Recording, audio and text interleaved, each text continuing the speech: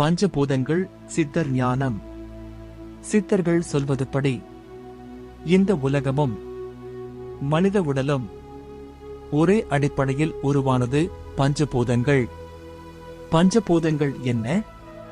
பூமி, பிருத்வி, திடம், உடல், எலும்பு, மாமிசம், நீர், அப்பு, இரத்தம், சளி, நீர் சத்து, அக்னி, தேஜஸ், ஜீரணம், உடல் வெப்பம், கண் ஒளி, காற்று, வாயு, மூச்சு, நரம்பு இயக்கம், ஆகாயம், ஆகாசம், மனம், அறிவு, வெற்றிடம். சித்தர் பார்வையில் உடம்பை அறிந்தவன் உலகத்தையே அறிந்தவன். மனித உடலுக்குள் இந்த 5 பூதங்களும் சமநிலையில் இருந்தால் நோய் இல்லை, மனக்குழப்பம் இல்லை, ஆன்ம தெளிவு கிடைக்கும்.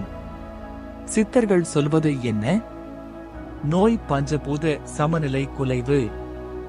மருந்து மட்டும் தீர்வு அல்ல.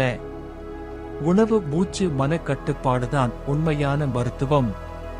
பஞ்சபூத சமநிலை பயிற்சி சுருக்கம். பூமி, நிலத்தில் நடப்பது, எளிய உணவு. நீர், சுத்தமான நீர், உண்ணாவிரதம். அக்னி, சூரிய நமஸ்காரம், மிதமான உணவு. காற்று, பிராணாயாமம். ஆகாயம், தியானம், மௌனம். சித்தர் வாக்கு.